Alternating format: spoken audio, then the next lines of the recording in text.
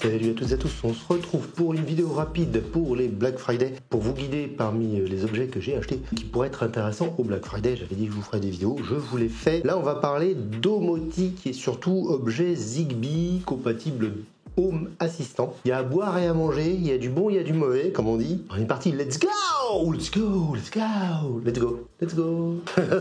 Mais non, mais les abonnés comprennent. Bon, bah on commence. J'avais acheté ce truc-là, c'est une petite, bah voilà, sirène d'alarme. Bon, je suis un petit poil déçu. Elle permet de faire plein de petits bruits, tout ça. Plutôt bien fourni. Il y a des câbles, il y a des machins, il y a des bidules. Bon, après, le niveau sonore, en fait, c'est vraiment ça le truc. Vous pouvez faire des sirènes de tons différents, ça s'intègre parfaitement à Home Assistant et Zigbee to MQTT, il n'y a aucun problème là-dessus. Elle manque vraiment de puissance, moi je trouve. Je m'attendais à un niveau sonore bien plus important que ça. Franchement, le niveau sonore, il est un peu décevant. Elle aurait été correcte et assez puissante, j'en aurais pris une autre. Je pense que j'en achèterai une autre, mais d'un autre type. Voilà, c'est celle-ci. Ah, cette petit truc. Alors, l'objet en lui-même, il est plutôt propre. Alors regardez, c'est un petit peu relou les piles. C'est des piles de sauvegarde, c'est-à-dire qu'ils fonctionnent très bien une fois branchés. Remarquez que c'est pas de l'USB type C, donc relou déjà. Et c'est des piles de sauvegarde, c'est-à-dire que si vous oubliez de le brancher, ça se décharge. Et c'est des piles qui coûtent cher. Mais après, l'avantage, c'est que ça continue à fonctionner, même s'il y a une panne de courant. Bon, ça, c'est plutôt bien de ce côté-là. Il fait de la lumière quand vous le faites sonner. Je l'ai mis dans leur chambre pour les réveiller quand ils se réveillent pas le matin. Parce que des fois, ils se réveillent pas, ils ont de l'école. Bah, ça permet de faire mais bon, franchement, c'est pas assez puissant pour les réveiller. Je ferai un test, je vous dirai combien de décibels ça fait.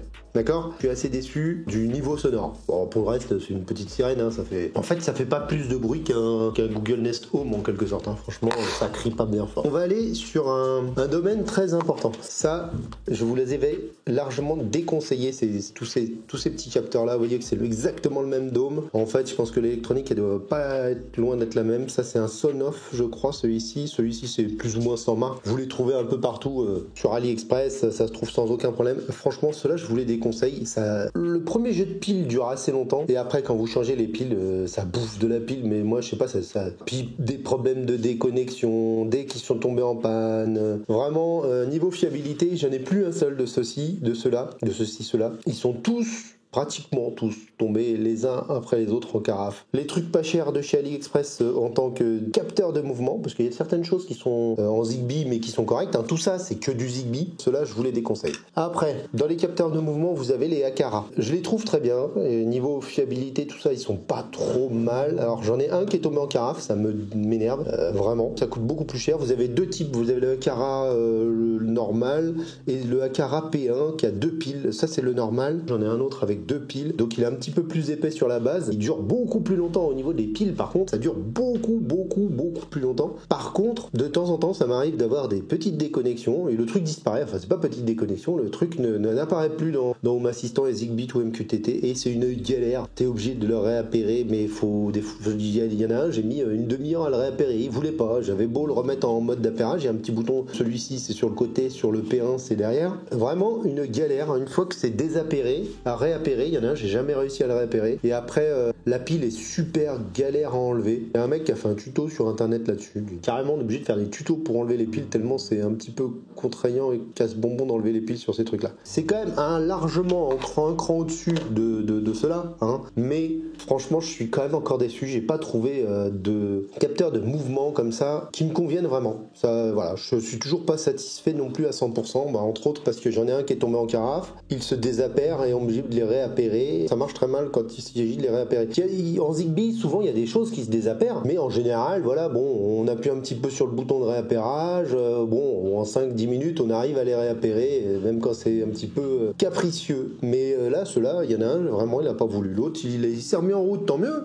Pour combien de temps, je ne sais pas, c'est ça qui est énervant. Petit manque de fiabilité, donc je ne suis pas 100% satisfait, même si on est un cran, largement un cran au-dessus. Au niveau des paramétrages, on peut régler le temps de... Alors sur l'ancienne version, sur celui-ci, on peut pas régler le temps en dessous duquel il redétecte. Par contre, le P1, on peut vraiment régler plein de petites choses, et ils font tous les deux aussi capteur de luminosité. Donc ça, c'est plutôt pas mal. Ceux-là ne font pas du tout capteur de luminosité, c'est-à-dire qu'on sait s'il fait sombre, s'il fait jour, s'il fait beau, s'il fait pas beau, s'il y a de la lumière, s'il n'y a pas de lumière dans la pièce. Ce qui peut être pas mal pour allumer ou pas la lumière en fonction de la détection de mouvement. Ça, c'est... Donc mitigé. Ça, c'est pour l'instant. Alors je l'ai pas depuis très longtemps, je l'ai depuis 6 mois, mais c'est ce qui m'a le plus convaincu jusqu'ici, même si c'est pas tout à fait le même usage. Ça, c'est un capteur micrométrique. Alors je sais plus comment ça s'appelle, un radar micrométrique. C'est pas un capteur de mouvement, c'est un détecteur de présence. Attention, le terme, c'est vachement important. Ceux-là, si vous êtes dans une pièce et que vous ne bougez pas, ils vous détecteront pas. Vous êtes immobile, pas de détection. Par contre, celui-ci,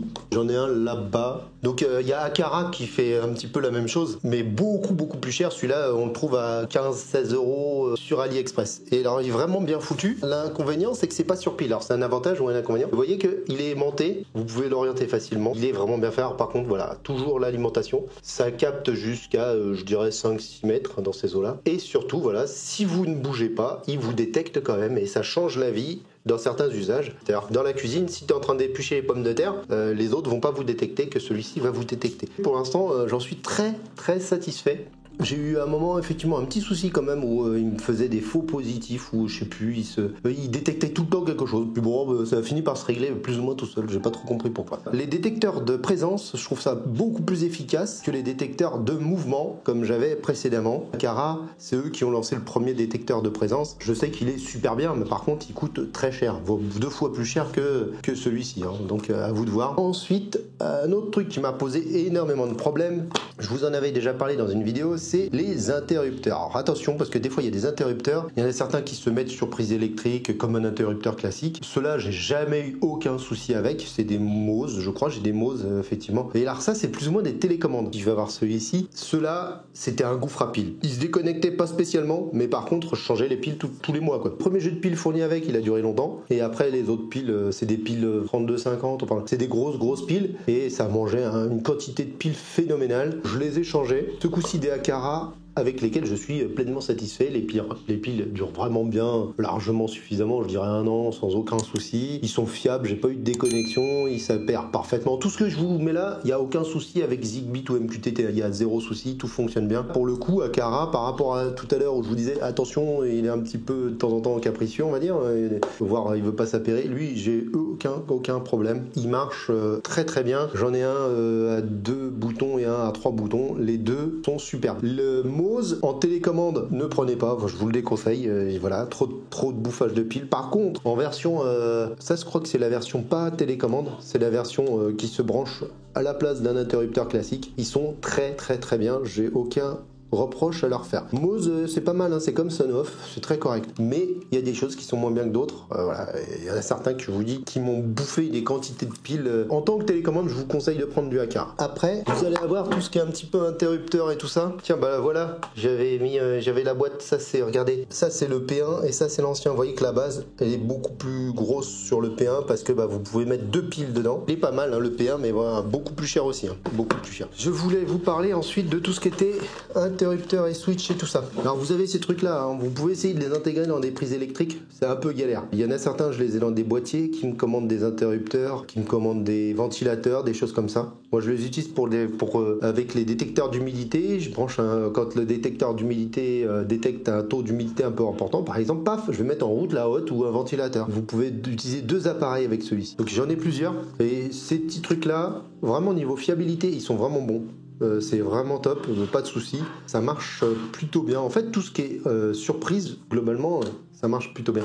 Et après, vous avez les prises connectées. Alors, vous avez du sans marque. Ça, c'est du sans marque, vraiment sans marque. Globalement, celles-ci, en plus, elles font metteurs. Enfin, bon, en gros, vous pouvez enregistrer les watts que vous consommez, le voltage, l'ampérage, toutes ces choses-là. C'est vachement intéressant. Donc là, celles-ci sont en Zigbee. J'en ai encore quelques-unes en Wi-Fi. Je les utilise uniquement pour le sapin de Noël, des petites choses choses comme ça. Celle-là, c'est de la marque Jirier. Jirier, c'est pas mal aussi. C'est une bonne marque. Vraiment très satisfait de toutes ces petites prises connectées. J'en mets un petit peu partout dès que je veux monitorer, surveiller quelque chose dans Home Assistant. Hein. Je vous l'ai déjà montré comment ça se passait.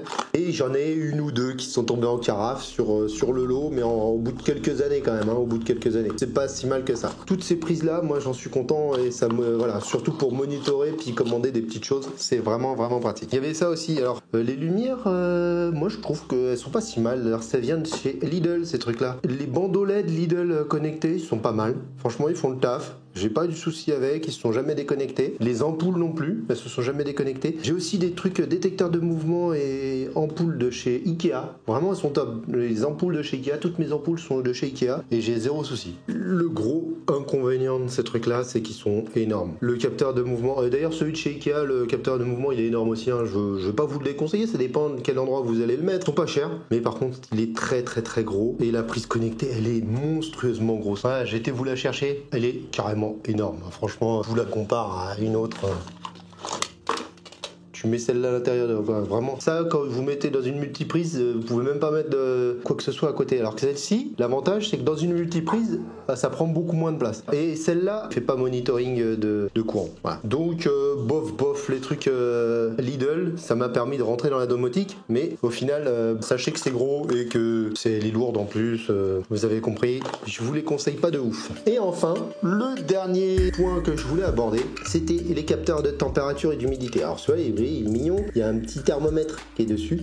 Alors ceux-là, au bout d'un moment, ils marchent plus tout simplement. Là, ça fait quelques mois, ils ont arrêté de fonctionner, ils détectent plus rien. J'ai beau changer les piles, ils s'apèrent, ils fonctionnent, on les détecte, mais par contre, le taux d'humidité et la température ne bougent plus. Bon, voilà, en gros, c'est comme s'ils étaient freeze.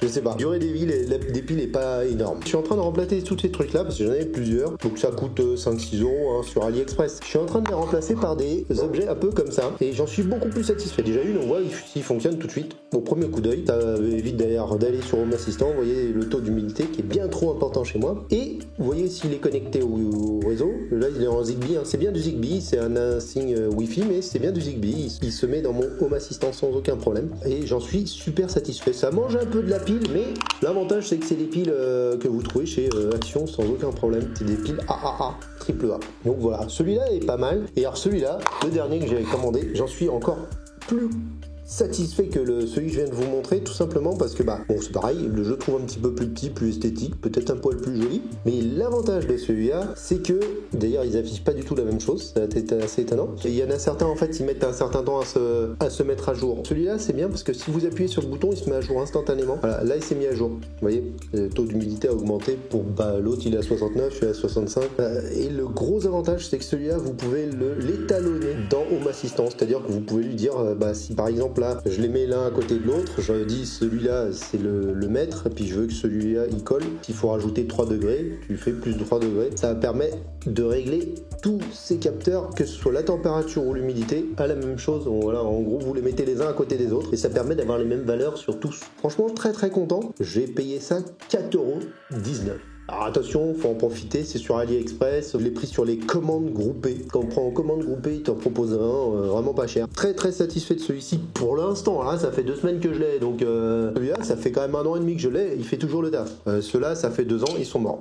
Bon, voilà, on va faire la petite conclusion. Ouais, bon, bienvenue dans le monde du Zigbee. Hein. Le Zigbee, je trouve que ça se déconnecte pas mal. Je trouve pas ça hyper fiable. Hein. Je suis pas déçu du Zigbee, mais pas loin, quoi. Hein. Franchement, j'ai beaucoup de petits soucis de déconnexion, de trucs qui se désapèrent, et ça me gonfle. Pourtant, vous savez qu'il y a des objets, par exemple, ceux-là qui permettent, ça c'est branché en perpétuellement sur le réseau, donc ça permet de faire routeur Zigbee, c'est-à-dire que ça rediffuse le signal Zigbee, que tout ce qui est sur pile ne fait pas un routeur Zigbee, c'est-à-dire que c'est juste un objet qui reçoit l'information, mais pas qui permet de la transmettre en fait en quelque sorte. On ne va pas rentrer dans l'explication du fonctionnement du Zigbee. Même dans chaque marque, hein, que ce soit chez Sonoff, il y a des trucs qui sont bien, il y a des trucs qui sont moins bien. Même pas, je crois qu'ils viennent aussi de chez Sonoff. Hein. Regardez, ils sont tous tombés en carafe les uns après les autres. Alors ça se trouve celui-ci, il va tomber en carafe l'année prochaine, hein, et je serai dégoûté. Évidemment, je vous ferai un short et je vous le dirai hein, dans ce cas-là. Chez Mose, il y a des trucs qui sont bien, des trucs qui sont pas bien. C'est relou. Et chez Aqara, pareil. Hein, chez Aqara, le P1 qui est pas mal mais qui est tombé en carafe, celui-là, il n'y en a pas un seul qui est tombé en carafe, mais il y en a un qui s'est désappairé, il s'est réappairé l'autre jour. Je suis un peu gonflationné là-dessus. À part quelques-unes qui sont tombées en carafe, j'ai jamais eu trop de problèmes de trucs qui s'apparaient pas ou de soucis là-dessus avec les prises connectées. C'est un petit peu le souci, je trouve, du Zigbee, d'avoir les autres normes qui sont en train d'arriver. Il y a Threads ou je sais pas quoi qui est sous Matter et tout ça. Bon, à voir comment ça va évoluer. Pour l'instant, moi, j'ai pas du tout envie de passer là-dessous. Je suis déjà tout entièrement en Zigbee. On va rester en Zigbee malgré ses défauts. C'est comme ça. Bon, bah écoutez, j'espère que ça vous aura servi et profitez des Black Friday pour acheter les trucs un petit poil moins chers, que ce soit sur Amazon, AliExpress, Temu, tout ce que vous voulez. Allez, ciao, bye bye les gens.